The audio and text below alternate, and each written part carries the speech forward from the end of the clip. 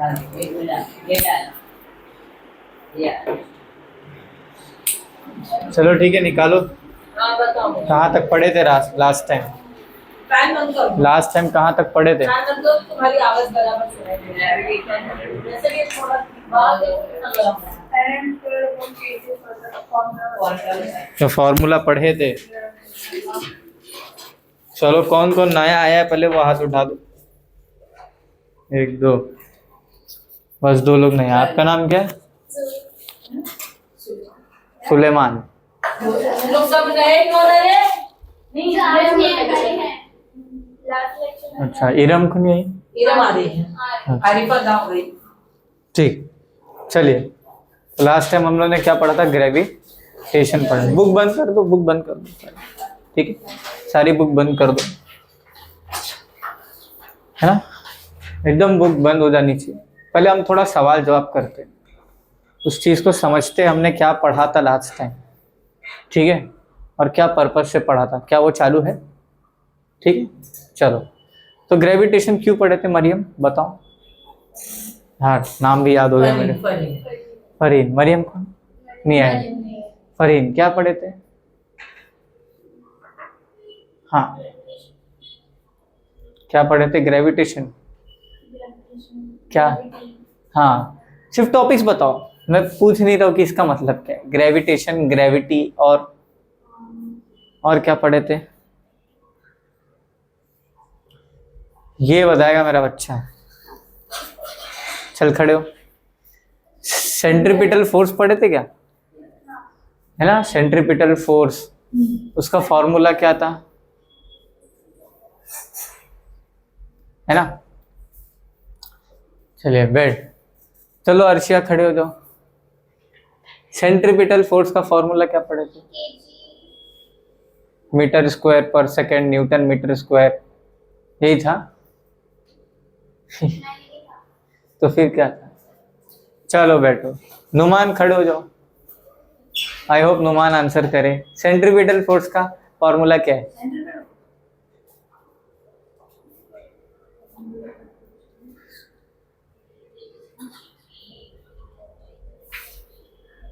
क्या हो गया रेहान, कोई तकलीफ? बैठ। कृष्णा? mv² अपॉन, हाँ, ये सेंट्रीपिटल फोर्स पढ़े थे। मैं अभी पढ़ा नहीं रहा हूँ, पढ़ाऊंगा, टेंशन मत लो। थोड़ा रिकैप करो, ताज़ा करो अपने आप को उस चीज़ जिस दिन हम पढ़े थे। फिर हमने पढ़ा था दो डिफरेंस पढ़े थे। किस चीज़ के बीच में दो डिफरेंस पढ़े थे? बोल मेरा बच्चा। नहीं याद है? सर याद ही कहाँ से रहेगा?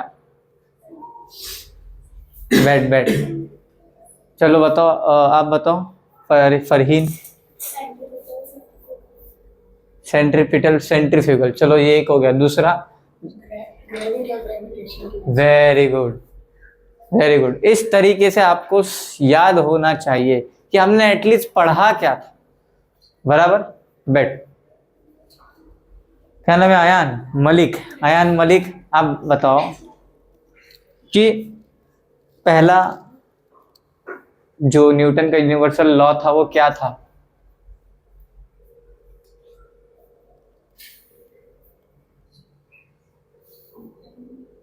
इन्हें रिकैप की बहुत जरूरत होती है ना? But Rehan stand up. What is the unit of force? Force जो धक्का तुम देते हो उसका यूनिट क्या है?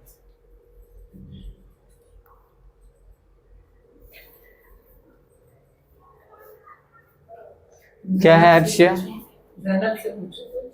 पूछते पूछते बैठ बैठ बैठ बैठ। वहां से शीशी नहीं, आवाज नहीं निकालना है, ठीक है? बोलो जैनब, फोर्स का यूनिट क्या होता है?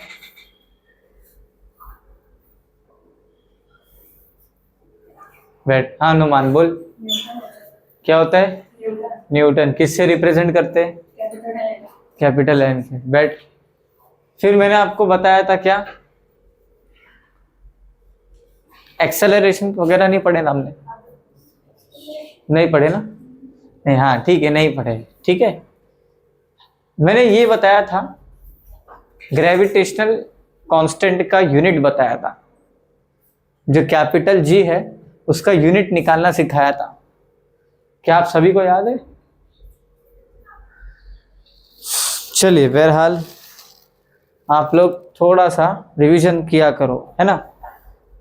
विदाउट रिवीजन आप 10th स्टैंडर्ड में कोई भी अच्छा मार्क्स नहीं ला सकता, ठीक है। तो रिवीजन बहुत ज़रूरी है। क्लासेस इसीलिए ज्वाइन किए हो ताकि आपको समझ में आए चीज़ें, है ना। तो भले से तुम दिन में 2 घंटा 4 घंटा खेल रहे हो, लेकिन वो 1 घंटा जो तुम रिवीजन करते हो, जो भी तुम्हारा टीचर वगैरह बोलता है, उस चीज़ को समझो, रिवीजन करके आओ। चलो ठीक है, रिकैप करवाता हूँ, पुराना रिकैप करवाता हूँ, बहुत से न्यू स्टूडेंट भी हैं, ठीक है। रिकैप में हमने पढ़ा था साइंस के बारे में, ठीक है। व्हाट इज साइंस, ठीक है। साइंस के बारे में पढ़ा था और इसकी कुछ ब्रांचेस पढ़ी थी, है ना। फिजिक्स थी, केमिस्ट्री थी, बायोलॉजी, मैथ्स थी। फिर हमने चैप्टर की शुरुआत की थी। चैप्टर की शुरुआत हमने ग्रेविटी से की थी। ग्रेविटी क्या होती है, ठीक है। ग्रेविटी क्या होती है इस चीज़ को समझना था। तो जब भी हम ग्रेविटी डिस्कस करते हैं तब हम क्या करते हैं, एक अर्थ बनाते हैं, ये अर्थ है, और अर्थ के ऊपर यानी इस पे यहाँ कहीं हवा में ये एटमॉस्फेयर है, यहाँ कहीं ऑब्जेक्ट है, तो इस ऑब्जेक्ट को ऑफ कोर्स अर्थ अपनी तरफ खींचेगी। So it is a attraction of an object towards the earth, बराबर। अट्रैक्शन है, attraction of an object towards the earth, मतलब अर्थ की तरफ एक अट्रैक्शन है, उसको हमने क्या नाम दिया, ग्रेविटेशन, बराबर। मतलब जमीन जब भी किसी को अपनी तरफ खींचेगी तो उसको तुमने क्या नाम देना है, ग्रेविटी। किसने बोला आंसर, वेरी गुड। जब भी जमीन तुमको अपनी तरफ खींचेगी उसको आपका क्या नाम देना है, यहां तक बात क्लियर होगी, समझ आ गई। अच्छा, चैप्टर का नाम क्या है हमारे, ग्रेविटेशन। अच्छा, इस चैप्टर की हिस्ट्री तो मैंने डेमो लेक्चर में ही बता दी थी बहुत डिटेल में, ठीक है। तो ग्रेविटेशन जो है एक ऐसा चैप्टर है जो बहुत सारे साइंटिस्ट ने मिलके इसकी डिस्कवरी की थी, लेकिन सब कहीं ना कहीं फेल हो चुके थे, ठीक है। कहीं ना कहीं क्या हो गए थे, फेल हो गए थे कि भाई किसी ना किसी जगह प्रॉब्लम आ रहा था, ठीक है। बहुत सारे एरिस्टोटल वगैरह ने भी ग्रेविटेशन के ऊपर डिस्कवरी दी, बहुत सारे साइंटिस्ट थे जिन्होंने डिस्कवरी दी।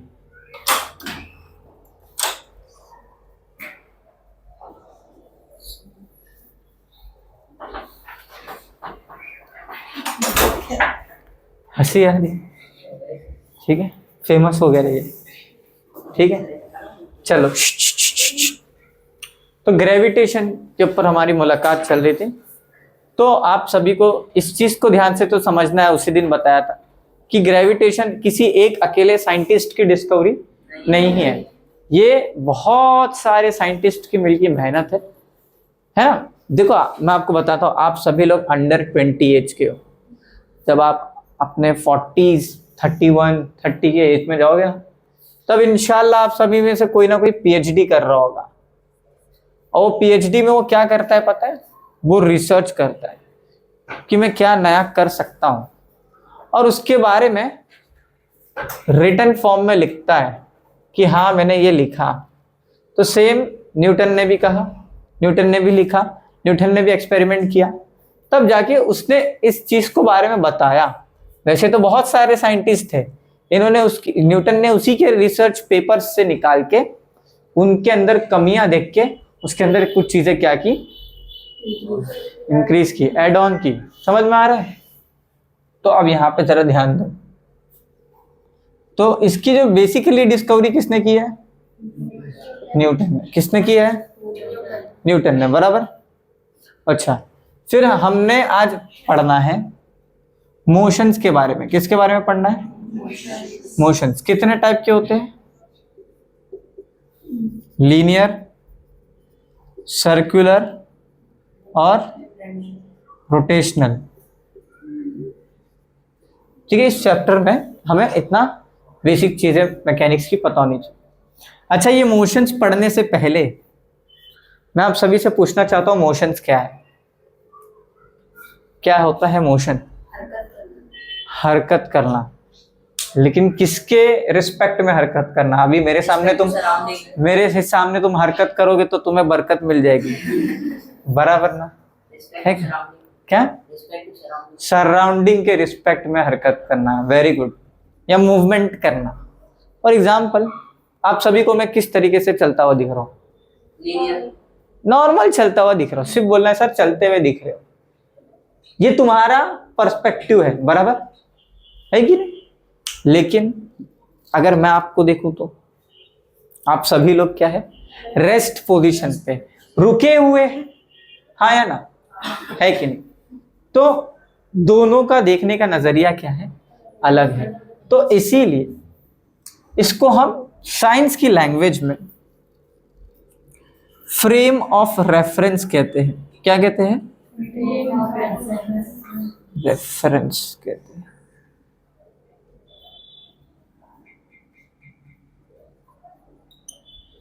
ठीक है, दो तरीके के फ्रेम ऑफ रेफरेंस होते हैं। कितने? दो तरीके के। अभी देखो, तुरंत तुम्हारा दिमाग में क्लियर होगा। क्या कभी ट्रेन में बैठे हो क्या? हमेशा बैठे हो। ठीक है, ये ट्रेन है, किसी रेलवे ट्रैक पे जा रही है। इस पे अयान बैठा है, नुमान बैठा है, समीउल्लाह बैठा है। अयान, नुमान, समीउल्लाह। ठीक है, यहां पे कृष्णा खड़ा है ना? अच्छा सुनो, ये ट्रेन आगे की डायरेक्शन में जा रही है और ये बंदा इधर ही खड़ा है। अब यहां पे मुझे एक बात बताओ, इस बंदे के हिसाब से ये तीनों क्या रेस्ट पे है, क्या मोशन में? इरम बताएगी। वो लोग रेस्ट पे है बट ट्रेन में है ना। मैंने सिर्फ जितना पूछा उतना बोलो। इसके हिसाब से ये तीनों बंदे मोशन में है या नहीं? मैं खड़ा हूं, नॉर्मल सी दूर से मेरे को ट्रेन जाती हुई दिख रही है, तो ट्रेन के लोग मुझे रुका हुआ दिखेंगे या जाते हुए दिखेंगे? मतलब जाते हुए दिख रहे, मतलब वो लोग कौन सी चीज में? मोशन में है, बराबर। ये एक तरीका। इस तरीके को हम कहते हैं पहला inertial frame of reference. Inertial frame of reference. चलो ध्यान से देखें। ठीक है, अभी ये जो कृष्ण है इसको भी बहुत चूल हो गई। ये चढ़ा प्लेटफॉर्म नंबर 12 पे, पीटी नंबर 12। यहां पे ट्रेन आई, अयान, नुमान, समीउल्लाह, कृष्णा। अयान, नुमान, समीउल्लाह, कृष्णा। ठीक है, अब ये ट्रेन चल रही है। ठीक है, क्या हो रही है? समझना बहुत जरूरी है। तो अब कृष्णा के हिसाब से ये क्या मोशन में है? कुछ समझ में आया क्या बोला मैंने? समझने की कोशिश किया। क्या समझा रहा हूं मैं कि मोशन जो आप बोल रहे हो, it depends upon surrounding. It depends upon surrounding, बराबर। तो क्या है? Movement of an object with respect to its surrounding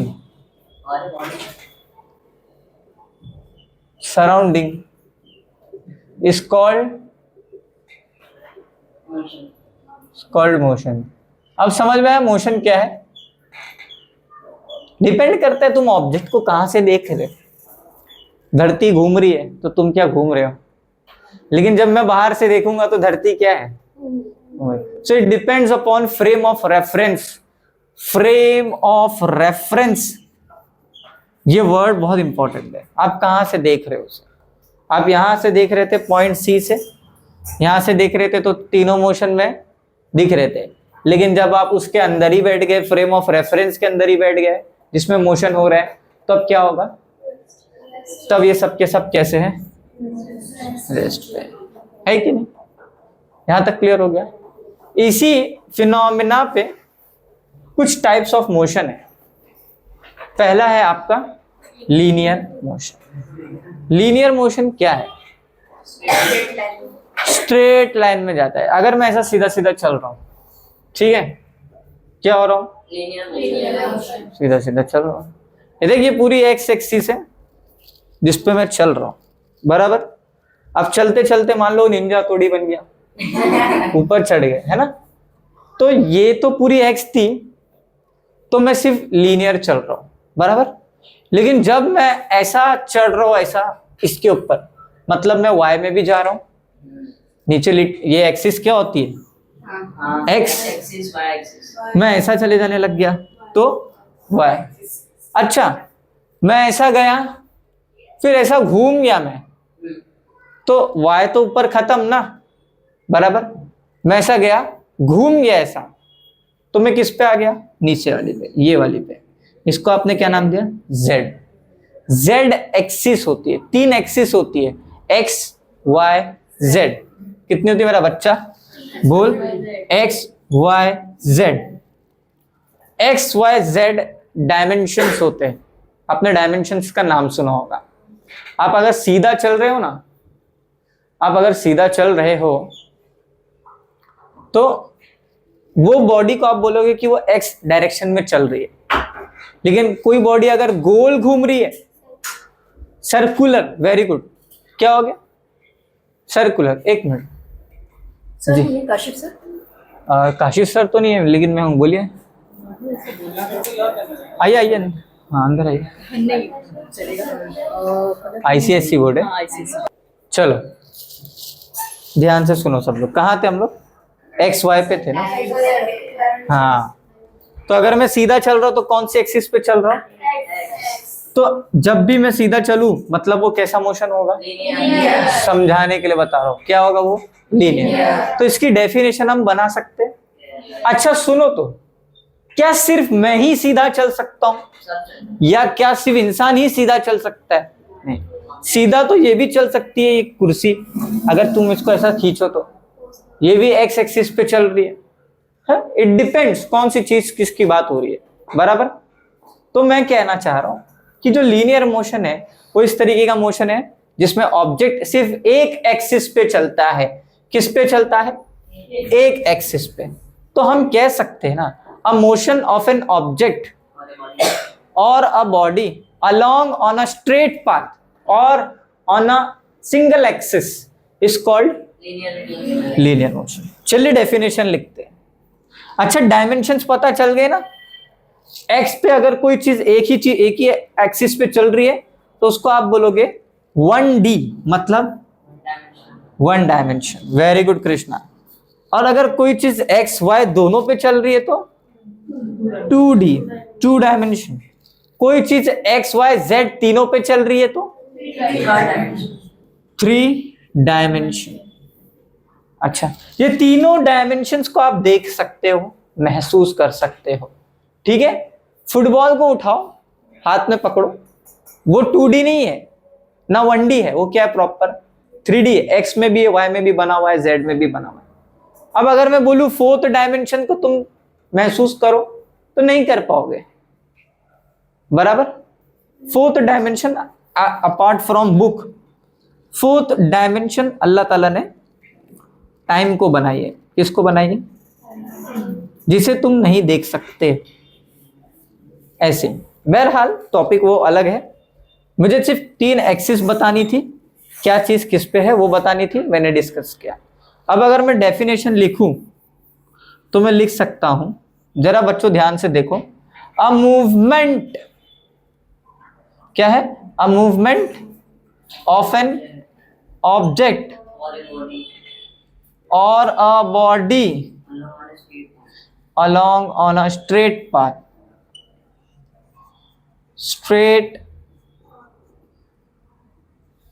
path or a single axis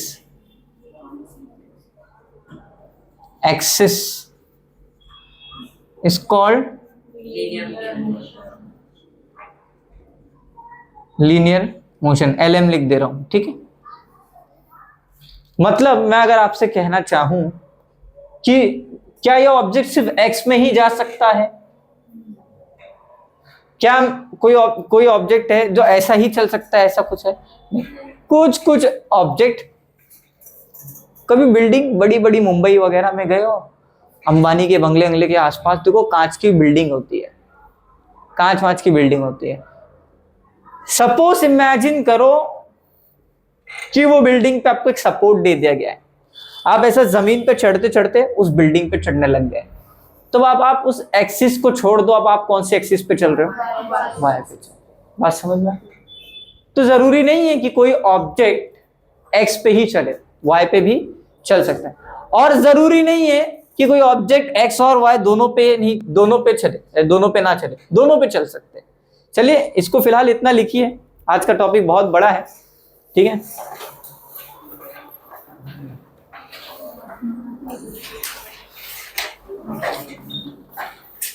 तो क्या पढ़ रहे थे हम लोग? Types of motion. अब जरा ध्यान से सुनेंगे तो समझ में आएगा।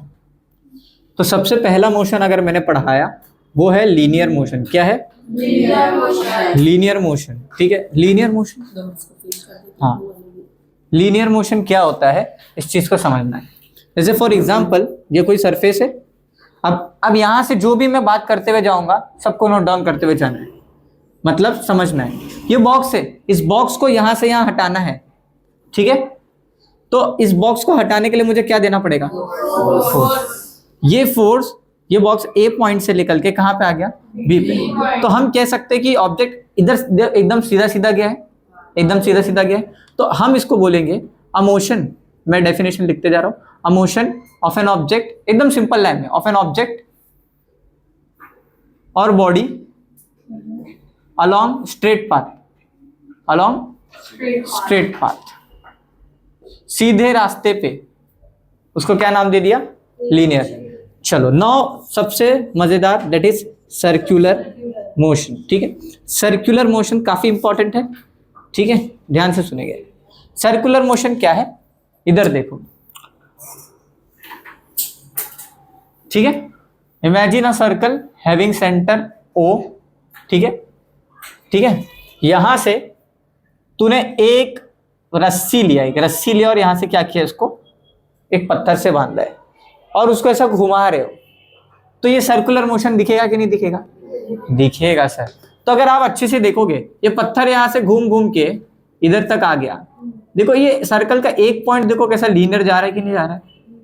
लीनियर है कि नहीं है? है ना, लीनियर। इसका एक पार्ट कट करके निकालोगे तो वो कैसा होगा? लीनियर होगा। और अगर हम जब भी लीनियर की बात करें तो वहां पे कौन सी एक्सिस आती है? X axis. फिर धीरे धीरे देखो ये पार्टिकल जो है इसकी तरफ जा रहा है, इसकी तरफ, मतलब वाई एक्सिस। मतलब क्या समझे इससे? क्या समझे मतलब इससे? सर ये एक्स में भी चल रहा है, वाई में भी। ऐसा है नीचे, फिर ऐसा ऊपर जा रहा है, ऐसा आया नीचे और ऐसा ऊपर जा रहा है। तो इस टाइप के मोशन को आप क्या बोलोगे? Two dimension motion. क्या बोलोगे? और सर्कुलर मोशन, ठीक है। क्लियर हो गई बात? तो हम लिख सकते हैं अ motion of an object along or a body, हाँ, or a body along on a circular path or circumference of the circle। उसको तूने क्या नाम दे दिया? अरे भाई ये देख, ऑब्जेक्ट है, तूने बांधा ऐसा बांधा और ऐसा घुमा रहा है ना, तो घूम रहा है, तो ये सर्कल के सर्कमफेरेंस पे घूम रहे हैं ना, बीच में आके थोड़ा घूम रहे हैं, बराबर। तो इसमें मैंने सर्कमफेरेंस का भी वर्ड ऐड किया। अगर आपको सर्कमफेरेंस हार्ड लग रहा है तो आप बोल दो बस body motion of an object along on a circular path, वही क्या है आपका? सर्कुलर मोशन है, ठीक है। Is called circular motion. ये इसकी डिफाइन हो गई, क्लियर हो गया, बात समझ में आ गई।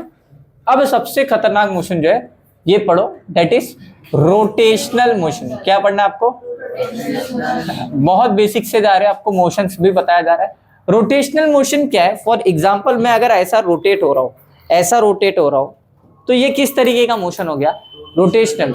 लेकिन क्या मैं ऐसा चक्कर मार रहा हूं पूरा? नहीं। हमारा जो सन है, सॉरी, हमारा जो अर्थ है वो ऐसा ऐसा घूमता है। तो जब वो घूमता है तो एक हिस्सा जो होता है ना उसका सूरज की तरफ आता है, और जो हिस्सा उसका सूरज की तरफ आता है वो एरिया में मॉर्निंग होती है।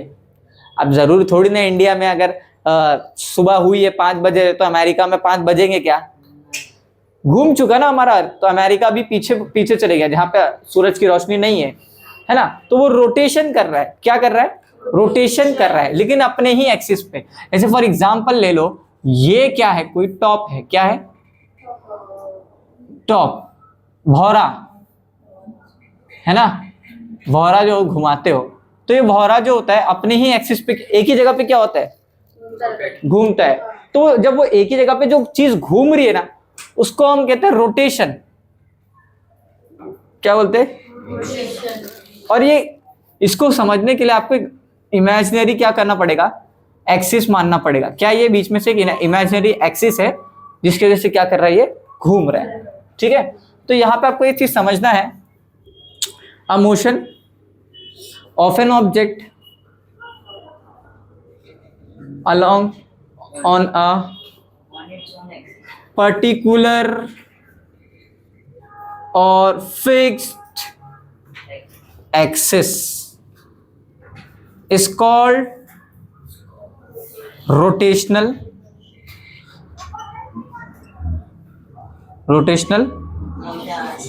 मोशन। समझ में आ गई बात? यहां तक क्लियर हुई? ठीक है, ओके। हाँ, अरे बहुत है, अभी पढ़ा रहा हूं उतना देख। ये क्या है? रोटेशन, सर्कुलर और लीनियर। रोटेशन, सर्कुलर और लीनियर, ये 3 पढ़े। तीनों मोशन समझ में आ गई, डेफिनेशन समझ में आ गई। डेफिनेशन एग्जाम में आई कभी तो लिख सकते हो।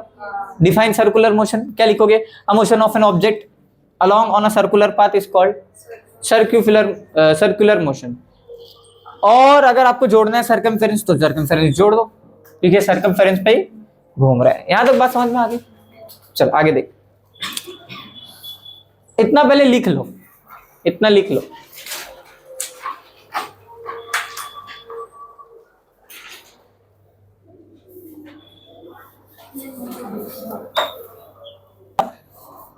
वेट क्या है भाई साहब? बहुत इंपॉर्टेंट, 3 मार्क्स से 2 मार्क्स के लिए आएगा इस चैप्टर में से अगर ये पूछा गया तो। What is the difference between mass और वेट? आप निकाल के देख लो पेपर, कोई ना कोई पेपर में आपको मास और वेट का डिफरेंस पूछेगा। तो चलो समझते हैं मास क्या है। आप सभी लोग इंसान हो, बराबर। सबके पास 2 लंग्स है, 2 किडनी है, 1 हार्ट है, 1 ब्रेन है, बराबर। यही सारी चीजें हैं। अब ये सब अर्थ पे है, बराबर। आप मून पे चले गए तो क्या कुछ चेंज हो जाएगा? 2 हाथ से 4 हाथ हो जाएंगे? नहीं ना, बराबर।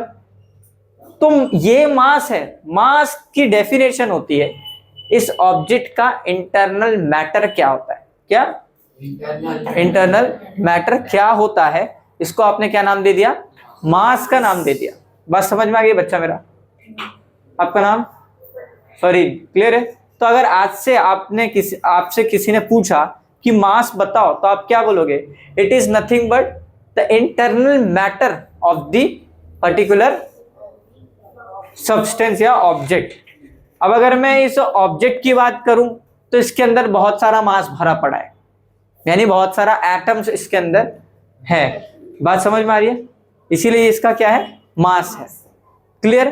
तो मास में लिख सकता हूं क्या है? Amount of matter. अमाउंट मतलब शॉर्ट फॉर्म में लिखा हूं, तो आप लोग मेरी हैबिट डालो। Of matter present in the particular object also, very good, object also and और बॉडी ऑल्सो, बराबर, ठीक है। Amount of matter present in the क्या है, ऑब्जेक्ट और अ बॉडी, ठीक है, इस कॉल्ड क्या है, मैटर। कितना अमाउंट ऑफ मैटर उसके अंदर भरा पड़ा है। अब मैटर पूछना नहीं क्या होता है, मैटर का मतलब क्या, दुनिया में हर वो चीज जिसके पास क्या है, कुछ ना कुछ मास है, कुछ ना कुछ उसका वॉल्यूम है, कुछ ना कुछ स्पेस ऑक्यूपाई करती है, वो सब क्या है मेरा बच्चा, मैटर है कि नहीं, समझ में आ रहा है। अच्छा, मैटर का ना, मैटर ये जो मास है, मास को मेजर करने के लिए भी एक यूनिट लगती है, जिसको हम किस में मेजर करते हैं, केजी। किस में मेजर करते हैं, केजी में मेजर करते हैं, ठीक है। It remains constant, it remains constant, ये कांस्टेंट होता है, ठीक है, बात समझ में आ गई। ये चेंज नहीं होगा, चाहे अर्थ पे हो चाहे कहीं पे भी चले जाओ, मार्स मून कहीं पे भी। अब आते हैं वेट पे, क्या है भाई, weight, it is the downward force, downward force, इसको आपने क्या नाम दिया, वेट, विच इज, आगे लिखते हैं, विच इज कंटिन्यूअसली, क्या है बोलो, continuously acting on the body, on the body, उसको आपने क्या नाम दिया, वेट का नाम दिया। वेट का यूनिट होता है न्यूटन, कैपिटल एन, और लिखोगे तो ऐसा। तो वेट एक टाइप का क्या है, फोर्स है, जो हमेशा अपने को नीचे की तरफ खींचता है, जिसकी वजह से हम कहते हैं weight is equals to F, और F is equals to M into G. अब ये जी क्या है, इसके बारे में आप पढ़ोगे, तो फिलहाल के लिए मैं अभी ए लिखता हूँ, फोर्स का फॉर्मूला एम इंटू ए पढ़े ना, तो याद रखो वेट क्या है, एक टाइप का फोर्स है, force is nothing but what, mass into acceleration, जो कि हमको हमेशा नीचे की तरफ क्या करता है, खींच के रखता है। तो ये चेंज होता है, ये क्या होता है, चेंज होता है। आप है ना धरती के नॉर्थ पोल पे चले जाओ, वहां पे आपका वेट कम हो जाएगा। अगर आपका वेट 80 है ना, तकरीबन आपका 40-45 के आसपास होगा, है ना। क्यों ऐसा होता है,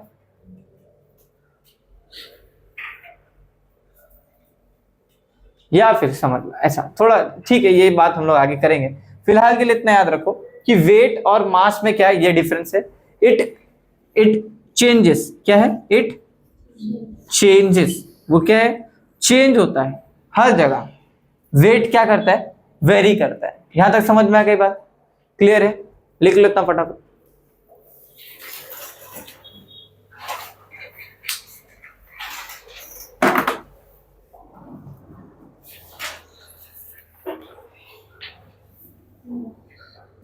मान तो हिला रहे भी, वेट और मास कहते हैं। वेट का यूनिट क्या होता है बोलो, मास का यूनिट क्या होता है बोलो, केजी। अब होता क्या है ना, weight is a downward force, जो हमेशा आपको क्या करता है, अपनी तरफ नीचे खींच रहा होता है। ये समझाने से पहले आपको थोड़ा समझना है वापस वही चीजें। अगर मैं इस अलमीरा को फोर्स दूं तो ये अलमीरा क्या होगी, मतलब मेरे फोर्स लगाने से इसके अंदर ए आया, क्या आया, ए मतलब क्या आ गया, एक्सेलरेशन। और ये एक्सेलरेशन जब आया तो क्या हो गया, जोया, एक्सेलरेशन आया तो ये बॉडी का क्या हो गया, मोशन में आ गई। यही चीज सर, ये बॉडी कहाँ आ गई, मोशन में आ गई। तो एक चीज तो याद रहेगी ना कि जब भी हम किसी बॉडी पे फोर्स लगाएंगे तो उसका क्या होगा, मोशन आएगा, मतलब उसकी बॉडी में एक्सेलरेशन आएगा, बराबर, क्लियर हो गया। जब आप किसी भी बॉडी पे फोर्स लगाते हो, ध्यान से देखो, ये लॉक है, मैंने इस बॉडी को फोर्स लगाया ना, तो फोर्स लगाने पे देखो बॉडी का मूवमेंट हुआ, बॉडी की इनिशियल पॉइंट ये थी, फाइनल पॉइंट ये आ गई, अरे हाँ या ना, हाँ। तो फोर्स लगाने से क्या होता है, एक्सेलरेशन आता है। अब एक और ट्विस्ट दिखाओ, देखो ट्विस्ट देखो, ठीक है, सेम वही। क्या हुआ? अरे फास्ट तो हुआ, लेकिन क्यों हुआ?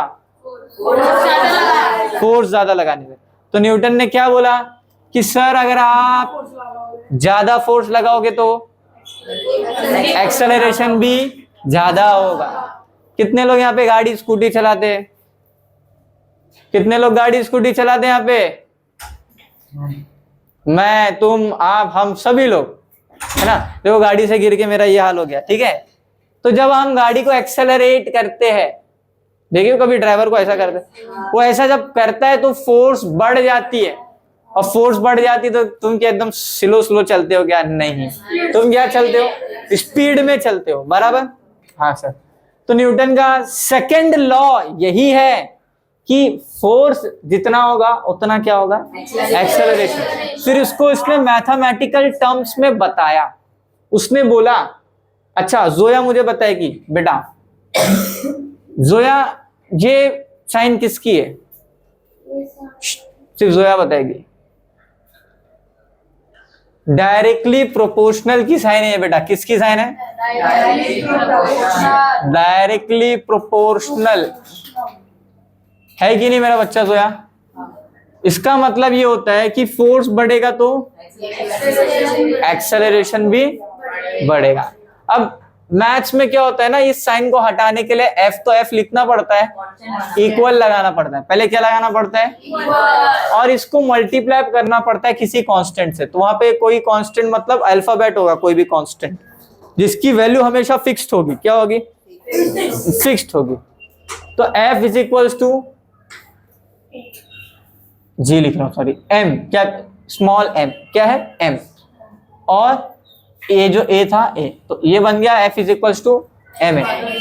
क्योंकि मास पे ऊपर डिपेंड करती है कि आप कितना फोर्स लगाते हो।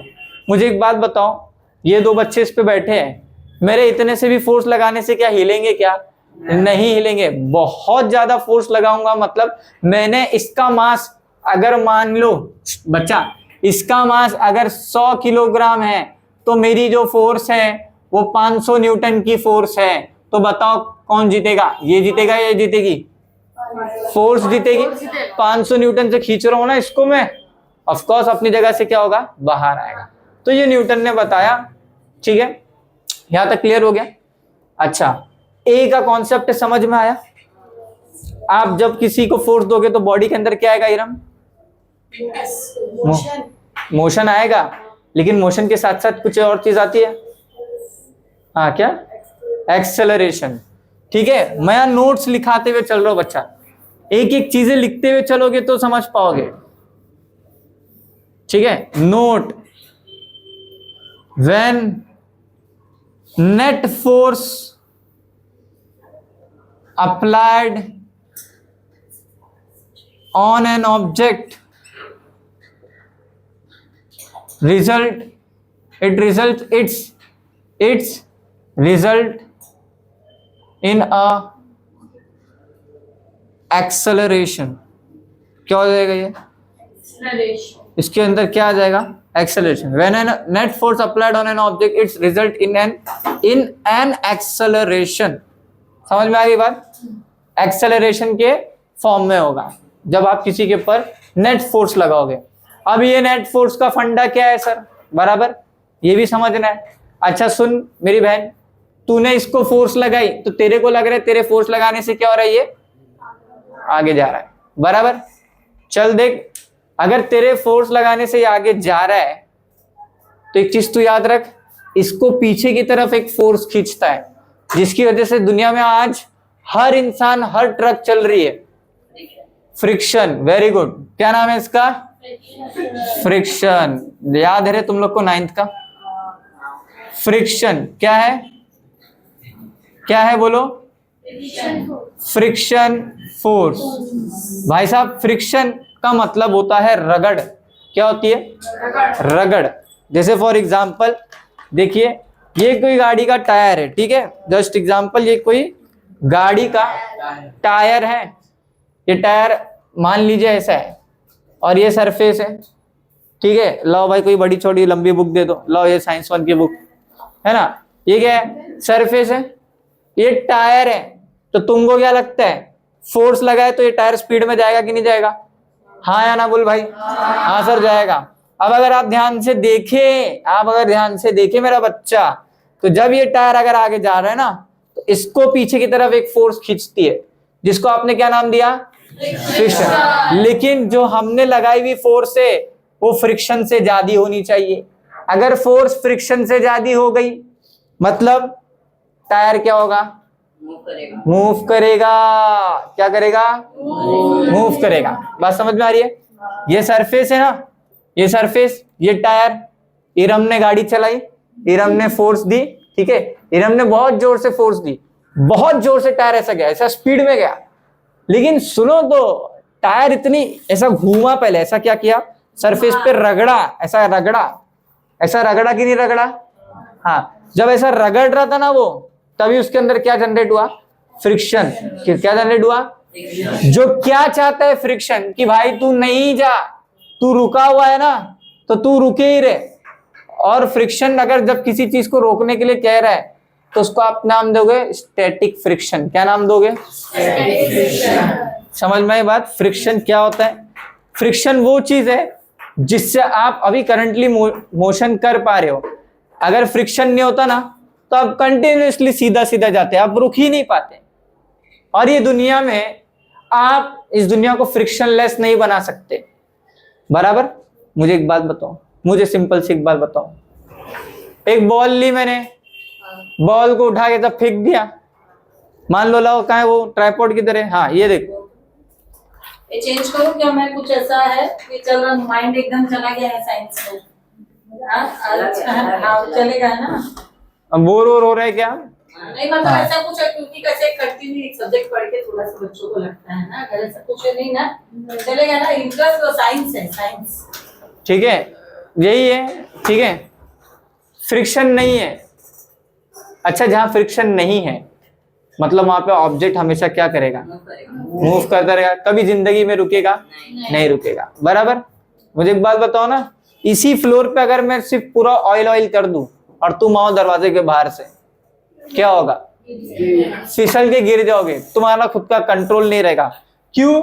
क्योंकि ऑयल लगाने से फ्रिक्शन क्या हो गया? कम हो गया। क्या हो गया? कम हो गया। तो फ्रिक्शन हमेशा किसी भी ऑब्जेक्ट के मोशन के अपोजिट लगता है। ये इधर जा रहा है तो फ्रिक्शन किधर होगा? ये टायर ऐसा चल रही है ना, ऐसा चल रही है कि नहीं चल रही सरफेस पे? तो इस देख, ये सरफेस और इस टायर की ये वाली कांटेक्ट नीचे जमीन पे कांटेक्ट में है कि नहीं कांटेक्ट में? तो मुझे एक बात बता, टायर ऐसा चल रहा है और सरफेस क्या कर रही है? पीछे की तरफ खींच रही है इसको, लेकिन जो हमने फोर्स अप्लाई किया वो क्या हो रहा है? ज्यादा है। इसके से टायर क्या है? आगे जा रही है। ये बात होती है, ठीक है। फ्रिक्शन जो है बहुत इंपॉर्टेंट चीज है, जिससे आज हम चल पा रहे हैं आराम से। जरूरी नहीं कि हम चल रहे तो हमारे पीछे फ्रिक्शन लग रहा है, नहीं। रेलवेज के बीच में भी क्या है? वो जो सीधी रेल चलती है उसके पीछे भी तो एक फोर्स लगता है। फोर्स को आप देख नहीं सकते, लेकिन समझ सकते हो कि लग रहा है कुछ रेजिस्ट कर, कोई कुछ अपोजिशन आ रही है, ठीक है। इसका सबसे बेहतरीन एग्जांपल, आप अपने आप को जू चौपाटी पे एग्जामिन करो। चौपाटी पे गए हो? हाँ, तो जब भी चौपाटी पे गए हो तो पानी है, पहले बहुत कम पानी है, तो अयान ऐसा चलते गया, ठीक है, ऐसा चलते गया।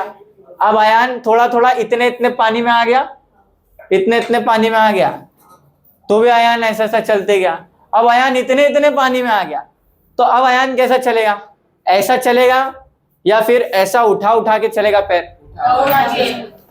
ज्यादा तेज किस में चलेगा? ऐसे ऐसे में चलेगा या उठा उठा के में चलेगा? बराबर। क्यों उठा उठा के चलेगा? क्योंकि जब वो पैर को उठा रहे ना, तो वाटर का फ्रिक्शन, वाटर करंट उसको क्या कर रहा है? रोक रहा है आगे जाने से। लेकिन अयान क्या कर रहा है? एक पैर उठा रहा है और आगे बढ़ रहा है, एक पैर उठा रहा है और आगे बढ़ रहा है। समझ में आ रहा है कि नहीं? अरे हाँ है ना। शंग्रीला रिसोर्ट आया था? नहीं। कौन कौन आया था शंग्रीला? तो जब हम वेव पूल में थे तो क्या हो रहा था? हम लोग क्या ऐसा नॉर्मल चल रहे थे तो वैसे ही हो रहा था क्या? नहीं। जब हमारे इधर तक भी पानी आया तो हम क्या कर रहे थे, पैर उठा के चल रहे ताकि हम तेज चल सके, बराबर। तो वहां पे फ्रिक्शन का काम कौन कर रहा था, वाटर। मूवमेंट को रेजिस्ट कौन कर रहा था, रेजिस्ट का मतलब रोकना, मूवमेंट को रेजिस्ट कौन कर रहा था, वाटर, बराबर। तो हाँ वाटर ही कर रहा था। तुम आराम से चल पा रहे हो क्या पानी में, पैर उठा उठा के चल रहे हो, तो क्या है, रेजिस्टेंस है। ये क्या है, रेजिस्टेंस। वर्ड एक यहाँ पे यूज करो कि रेजिस्टेंस क्रिएट करता है। फ्रिक्शन क्या क्रिएट करता है, रेजिस्टेंस का मतलब होता है रुकावट। क्या होता है, समझ में आ गई बात, क्लियर है। अब देखो एक वर्ड यहाँ पे लिखा है नेट फोर्स। क्या लिखा है भाई साहब, नेट फोर्स। नेट फोर्स का मतलब क्या होता है, बहुत सारी फोर्सेस एक ऑब्जेक्ट के ऊपर लग रही है। फॉर एग्जांपल ले लो, ये सरफेस है, इस पे ऊपर कोई बॉक्स रखा गया है, ठीक है। मेरा भाई हमेशा हमेशा याद रख, नोट, इस ऑब्जेक्ट को नीचे की तरफ एक फोर्स खींचेगी जिसको आपने क्या नाम दिया, mg। mg क्या है बोलो इरम, और इनटू g। एक्चुअली में ये g या fg का फॉर्मूला है, ग्रेविटेशनल फोर्स का फॉर्मूला क्या है, mass into acceleration due to gravity. Small g का मतलब होता है, स्मॉल g का मतलब होता है एक्सेलरेशन ड्यू टू, ये भी डिस्कस करा के आज बताता हूं, ड्यू टू ग्रेविटी। तो भाई ये चीज तो समझ गए कि नीचे की तरफ हमेशा ग्रेविटेशनल फोर्स लगेगी। अभी के लिए आपको सिर्फ इतना याद रखना है, ग्रेविटेशनल फोर्स का फॉर्मूला क्या है, बोल। हाँ,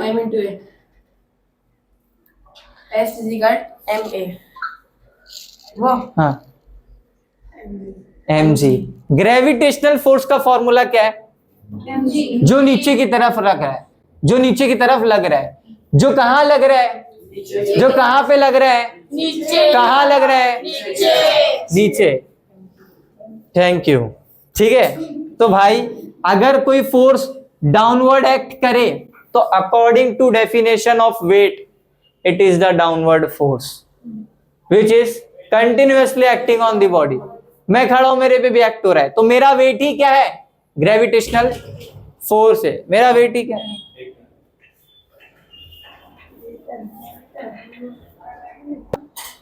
किए, चलिए कहां था मैं, तो नीचे की तरफ हमेशा कौन सा फोर्स एक्ट करेगा, mg एक्ट करेगा। भाई साहब अगर मैं बोलूं ये डाउनवर्ड फोर्स है, कोई सा भी फोर्स अगर नीचे की तरफ लग रहा है, मतलब हम किसकी बात कर रहे हैं, तो वेट क्या है, according to definition it is the downward force which is, ठीक है, नीचे की तरफ लगता है हमेशा। तो मैं इस ऑब्जेक्ट का वेट ही क्या बोलूंगा, mg है। समझ में आ गई बात, ये g की मैं कहानी आपको समझाऊंगा अभी, समझ में आ गई। तो हमने अभी तक कितने फॉर्मूलाज पढ़े वो चीज को समझते, ठीक है। मास और वेट दोनों में डिफरेंस पता चला। अगर अभी भी डाउट है तो पूछ सकते हो, किसी गर्ल को, किसी बॉय को कुछ डाउट है। वेट मैंने समझाया, मास मैंने समझाया, बॉडी के अंदर अंदर का मैटर। भाई सीधी सी बात है, 2 लंग्स है तो 2 के 4 नहीं हो जाएंगे मून पे जाने के, मतलब मैटर अंदर का जो मटेरियल है, मैटर जो है अंदर का, वो क्या है, क्या है, कांस्टेंट है। देखो ना, इट रिमेन्स कांस्टेंट, बराबर। और इसकी डेफिनेशन क्या है, मास की, amount of matter present in the particular object और बॉडी। मतलब यार नॉन लिविंग की भी बात हो रही है और जिंदा आदमी की भी बात हो रही है। समझ में आ रही बात, क्लियर है।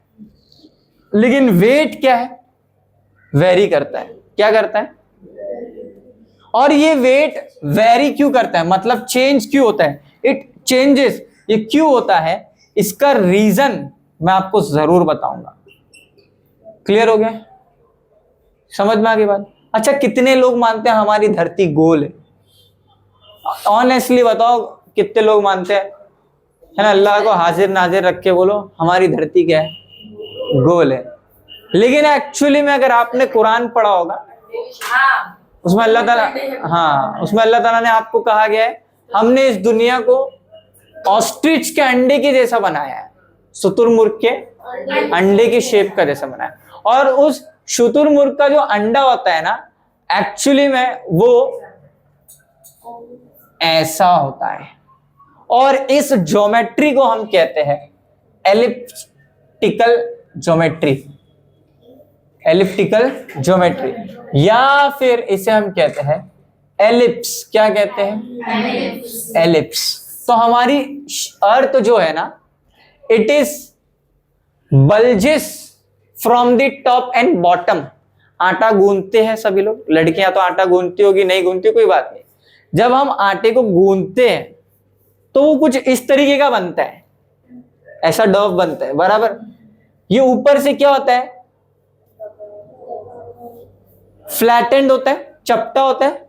नीचे से भी क्या होता है? फ्लैट और चपटा होता है। और बीच में से क्या होता है? फैला हुआ होता है।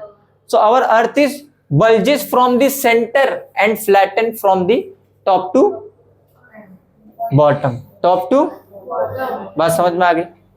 ठीक है, इतना लिख लो फटाफट जल्दी से।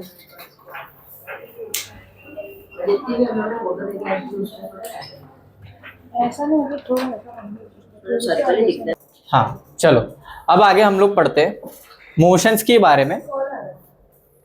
मोशंस के बारे में आयान तुम जाओ, हेलो मम्मी से बोलो, जाओ। ठीक, एफ जी मतलब ग्रेविटेशनल फोर्स।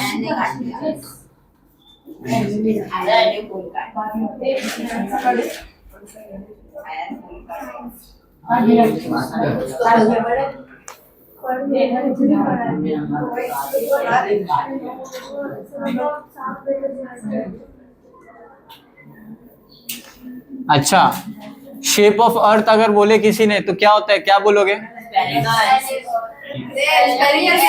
एलिप्स या एलिप्टिकल? एलिप्स या एलिप्टिकल। शाबाश मेरा बच्चा, शाबाश, वेरी गुड, है ना?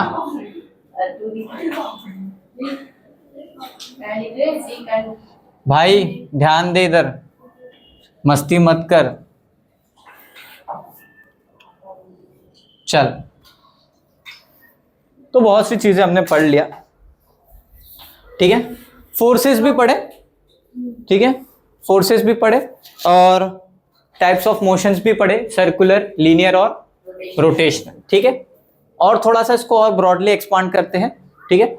अभी तक मैंने सिर्फ ग्रेविटेशन का एक ही टॉपिक पढ़ाया। मैं आज चाहता हूं कि मैं आपको सारी चीजें बता दूं, पूरी साइंस की क्या है कैसा है, ठीक है। तो we have too much time, हम लोग आराम से जाएंगे, ठीक है। हर एक चीज आपको डिटेल में समझ में आनी चाहिए, ठीक है। चलिए, तो फोर्सेस कितने टाइप की होती है अगर मैं आपसे पूछूं, सिर्फ गर्ल्स बताएगी, ठीक है। फोर्सेस कितनी टाइप की होती है? हाँ बता।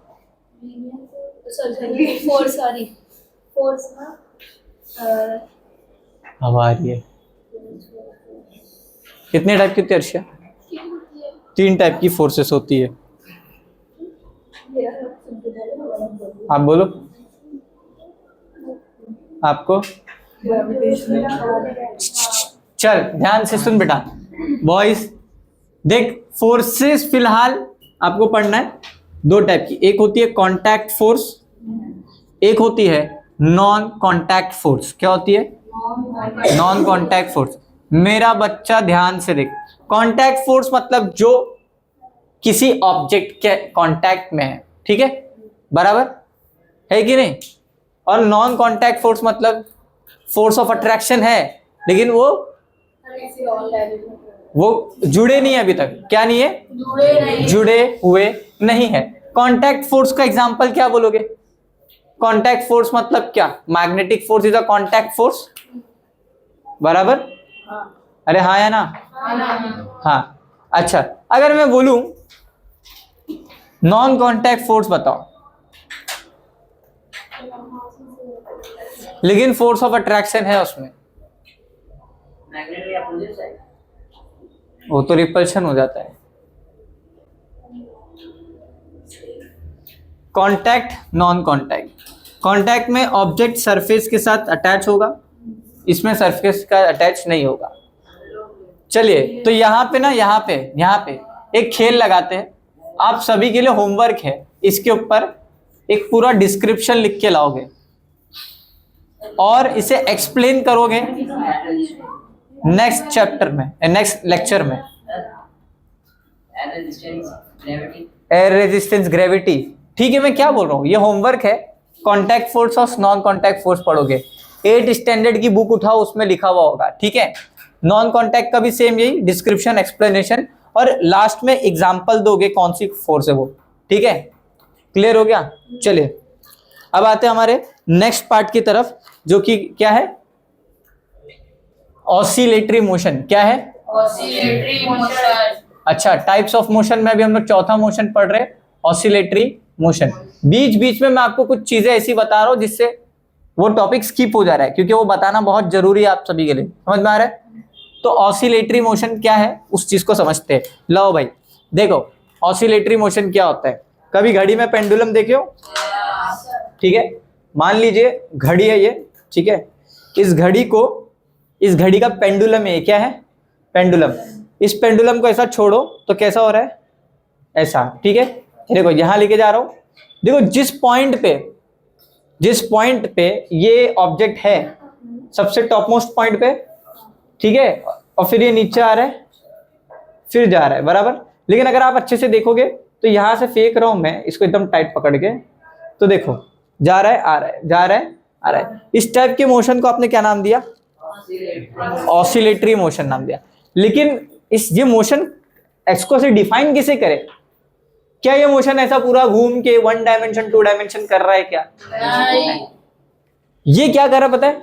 To and fro motion, to and fro motion. तो हम ऐसा बोल सकते हैं कि ऑसिलेटरी मोशन जो है वो कैसा मोशन है?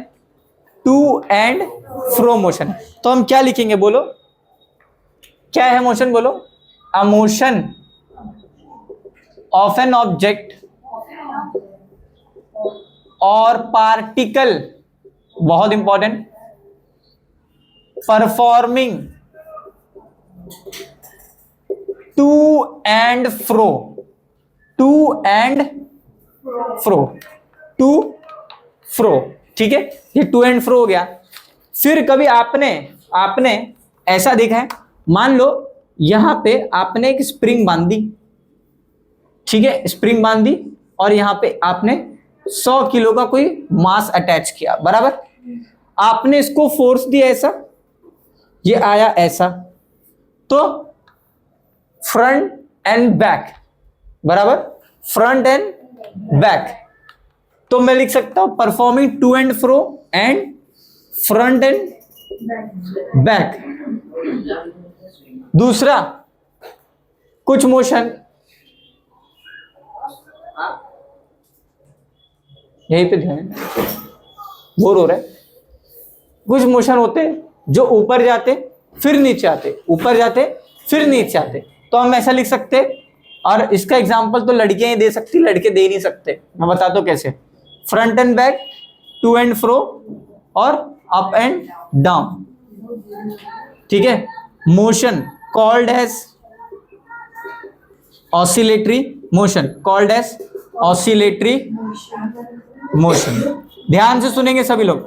ऐसा मोशन ऑसिलेटरी मोशन, अगर ये देखोगे तो ये पेंडुलम है, ये पेंडुलम को ऐसे ऐसा घुमाओ, ठीक है। ये पेंडुलम है, यहां से लेके गया, यहां लेके गया, यहां से लेके गया, यहां से लेके गया, ऐसा लेके गया। ये ऑसिलेटरी मोशन हुआ, टू एंड फ्रो, बराबर। लेकिन कुछ मोशन क्या होते हैं? अप एंड डाउन भी होते या बैक एंड फोर्थ भी होते, ठीक है। अप एंड डाउन मतलब क्या होता है पता है? स्विंग मशीन देखिए, स्विंग मशीन, टेलर जैसे सिलता है कपड़े, वो मशीन जो है वो ऊपर नीचे ही होती है, वो एक ही फेज में होती है, ऊपर नीचे। उस टाइप के मोशन को आपने क्या नाम दिया? Oscillatory motion.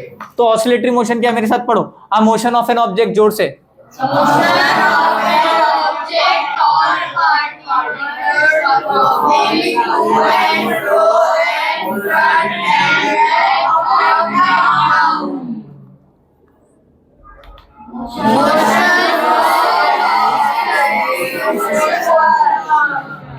ठीक है, इसकी ड्राइंग भी अगर आपको बनाना पड़े तो, ठीक है। इसकी ड्राइंग अगर आपको बोलूं मैं बनाने, सिंपल है। पेंडुलम कैसे ड्रॉ करने का देख, ये पेंडुलम बन गया आपका। अरे बता रहा हूँ रे बेटा, ठीक है। ये देख, इस पेंडुलम को आप नाम देते हो सिंपल पेंडुलम। क्या नाम देते हो? Simple pendulum. अब देख, ऑब्जेक्ट जहां पे रखा है ना, ऑब्जेक्ट अभी जहां पे रखा है, तो ये रेस्ट पोजीशन है कि नहीं है? अगर कोई भी ऑब्जेक्ट रेस्ट पे है तो उसका यू कितना होगा? यू मतलब, रुक जाओ, यू मतलब क्या होता है? जोया बताएगी, कोई कुछ नहीं बोलेगा। हाँ, यू मतलब क्या? यूनिक, यूनिट नहीं। हाँ, यू मतलब मास। रुक जाओ, अरे बाप रे बॉयज। हाँ आयान बता, यू मतलब डेल्टन। बहुत मांगा, उबैद बताएगा। Very good, you guys need to understand the concept of velocities, ठीक है। इसके ऊपर हम लोग एक चर्चा करेंगे। ए मेरा बच्चा ध्यान से देख, अगर ये रेस्ट पे है तो ये तो रुका हुआ ही है ना। ये देख, ये रुका हुआ है कि नहीं है? क्या ये ऐसे ऐसा हो रहा है क्या? नहीं, ये रुका हुआ है, मतलब इसकी इनिशियल वेलोसिटी कितनी? 0 हो गई। अरे हाँ है ना। फिर ये देख मेरा बच्चा, यहाँ, अब जब मैं अगर इसको यहाँ पे लेके जाऊंगा ना, यहां से देख, ये ऐसा लेके यहाँ पे लेके चलेगा, यहाँ पे, तो इसकी फाइनल वेलोसिटी क्या हो जाएगी? 0। क्या हो जाएगी? 0। फाइनल वेलोसिटी क्या हो जाएगी इसकी? क्योंकि तुम अगर वो शिप वाला झूला झूलते हो मेले में, तो वो जब टॉप पे जाता है तो मिली सेकेंड्स के लिए वो रुकता है। इमेजिन करो, हल्का सा रुकता है वो, और वो जो जिस पॉइंट पे रुकता है ना, उसको हम बोलते हैं मीन पॉइंट। क्या बोलते हैं? Mean point. मतलब यहाँ पे v कितना है? 0, बराबर। लेकिन पोटेंशियल एनर्जी क्या हो जाएगी? मैक्सिमम हो जाएगी। क्या हो जाएगी? क्या तुम सभी लोग ने पोटेंशियल एनर्जी के बारे में पढ़ा है? तुम लोगों ने नहीं पढ़ा है, ठीक है। तो फिलहाल के लिए अभी ये भूल जाओ, बस इतना याद रखो, v कितना हो जाएगा वहां पे? 0। और वापस इधर आ रहा है तो वापस क्या हो जाएगा? u कितना हो जाएगा? 0। फिर इधर जा रहा है, बढ़ रहा है, आ रहा जा रहा है। तो इस टाइप के टू एंड फ्रो मोशन को आप लोग क्या बोलते हो? ऑसिलेटरी मोशन बोलते हो। बात समझ में आ रही है? हाँ है ना। फिर मेरा बच्चा देख, एक और मोशन होता है। क्या होता है? Rolling motion. क्या होता है? Rolling motion. चालू है क्या अनुमान? देखो चालू है रिकॉर्डिंग। हाँ चल, रोलिंग मोशन क्या होता है ये बताओ। हाँ प्रॉपर है सब, ठीक है, सब पूरा दिख रहा है ना? हाँ चल ठीक। हाँ, रोलिंग क्या है? जो घूमती है। कैसा घूमती है जरा करके दिखा, भी दे सकी थी।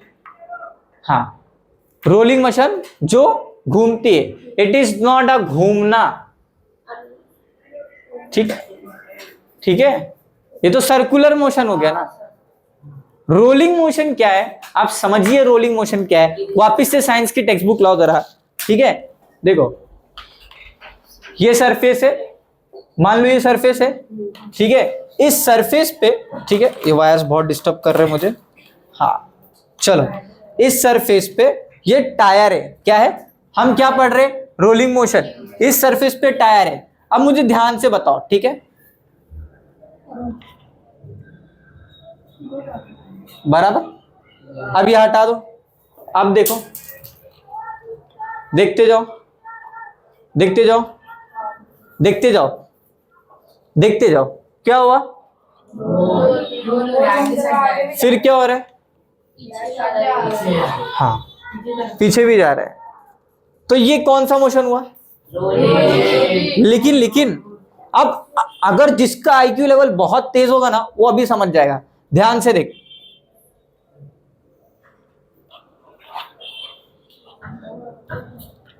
रोल तो हो रहा है, वेरी गुड, आगे भी जा रहा है। आगे भी जा रहा है मतलब क्या हो रहा है सर? क्या हो रहा है जल्दी बता। अरे मेरे भाई, ये है तेरा टायर। ध्यान से देख, ये है तेरा टायर। ये जो तेरा टायर है मेरा बच्चा, ध्यान से देख, ये रोल हुआ, लेकिन सर रोल होते होते कहां गया? ये रोल हुआ, रोल होते होते कहां गया? आगे। तो रोलिंग मोशन क्या है? It is nothing but what? Rotation. अच्छा, रोल हो रहा है मतलब अपनी कुछ एक्सिस पे रोल हो रहा होगा वो। ऐसा देख, ऐसा समझ ले। ये देख, ये बीच में से एक्सिस है ना। अब इसको समझ ले, ऐसा पकड़, इसको ऐसा पकड़, है ना। अरे इसको पकड़ बेटा। हाँ, ये एक्सिस है ना, ये रोल हो रहा है, रोल हो रहा है, रोल हो रहा है, और रोल के अगर सिर्फ रोल होता तो गाड़ी के जो टायर है वो सब क्या हो जाते, सिर्फ रोल ही करते, आगे नहीं बढ़ पाते। बात समझ में आ रही है? तो भाई है ना, ऐसा लिखा होता है कि नहीं, थार में 4x4 है ना, वो गाने में भी 4x4 का वर्ड यूज करता है। उसके चारों टायर क्या करते, रोल भी करते और आगे भी बढ़ते। तो आपको समझना इतना बच जाइए कि बॉडी रोल भी कर रही है और सीधा पे जा रही है। तो रोलिंग मोशन क्या है, it is the combination of, it is the combination of rotation, it is the combination of and translational motion. ठीक है, रोटेट भी कर रहा है और ट्रांसलेशनल मोशन भी कर रहा है। तो रोटेट तो हो ही रहा है और ट्रांसलेशनल मोशन भी कर रहा है, तो इसको आपने क्या नाम दिया, रोलिंग मोशन। 5 मोशन पढ़े आज हमने, लीनियर, सर्कुलर और 5 मोशन। एक छठा आखिरी मोशन पढ़ते हैं, ऐसा मोशन। सुनो, ये मार्कर है सभी बच्चा, मैं समझ सकता, अब बोर हो गए तुम लोग, यू गाइज आर सैचुरेटेड, ठीक है, आपका सैचुरेशन पॉइंट आ चुका है, अभी आप थोड़ा रिलैक्स होना चाहते हो, समझ ले। ये क्या नाम है, अर्शिया का नाम लेते, ठीक है। अर्शिया ने क्या की पता है, इस मार्कर को फेंक दी स्पीड में, हवा में गए। ये जो मार्कर है ना 35,000 साल तक भी चले ही जा रहा है। इतना उसने फोर्स से फेंकी कि मार्कर की जो वेलोसिटी है ये इतनी है कि ये 35,000 साल तक चल सकता है। कितनी? 35,000 साल, मतलब नॉन स्टॉप, कयामत के दिन तक चलेगा ये मार्कर। लेकिन क्या ऐसा मोशन होता है? नहीं होता है। अगर व्हाट इफ, देखो ध्यान से देख, अगर मैं आपको एक मोशन समझाना चाहूं, मैं अगर इसको ऊपर फेंक रहा हूं तो ये नीचे आ रहा है, पहला रीजन क्या हो सकता है? ग्रेविटी की वजह से। जब तुम इसको नीचे फेंकोगे ना, तो एयर भी है इस रूम में, एयर रेजिस्टेंस जिसको कहते हैं, वेरी गुड मेरा बच्चा। तो एयर रेजिस्टेंस क्या करेंगे, इसको नीचे की तरफ रोकेंगे नीचे जाने से, बराबर। लेकिन ग्रेविटी इसको क्या करेगी? नीचे खींचेगी, बराबर। तो ये जो टाइप का जो मोशन होता है, जो हाइपोथेटिकली एग्जिस्ट करता है, परपेचुअल मोशन। परपेचुअल मोशन का मतलब होता है ऐसा मोशन जो लॉन्ग लास्टिंग हो, जो कभी खत्म ना हो, कभी खत्म होने वाला मोशन नहीं है वो। समझ में आ रहा है? क्या नाम है तुम्हारा? सुलेमान। समझ में आया जितना समझा मैंने? तो वो कभी भी खत्म नहीं हो रहा है, तो उसको आपने क्या नाम दिया? परपेचुअल। हाइपोथेटिकल है। कोई भी मुझे बताओ ना, मुझे सिंपल सी चीज बताओ कि फ्रिक्शन हर जगह है कि नहीं है? रेजिस्टेंस हर जगह है कि नहीं है? फ्रिक्शन रेजिस्टेंस हर जगह है। आप सभी के बात समझ में आ रही है? क्लियर है? चलिए, तो यहां तक हम लोग स्टॉप करते, इतना लिखना है आप सभी को, फिर हम लोग मिलेंगे नेक्स्ट लेक्चर में। आज आपका क्लास कितने बजे तक का था? हाँ, तो बस आज के लिए इतना है। 1 मिनट आया। हाँ सर, वैक्यूम में रेजिस्टेंस रहता है।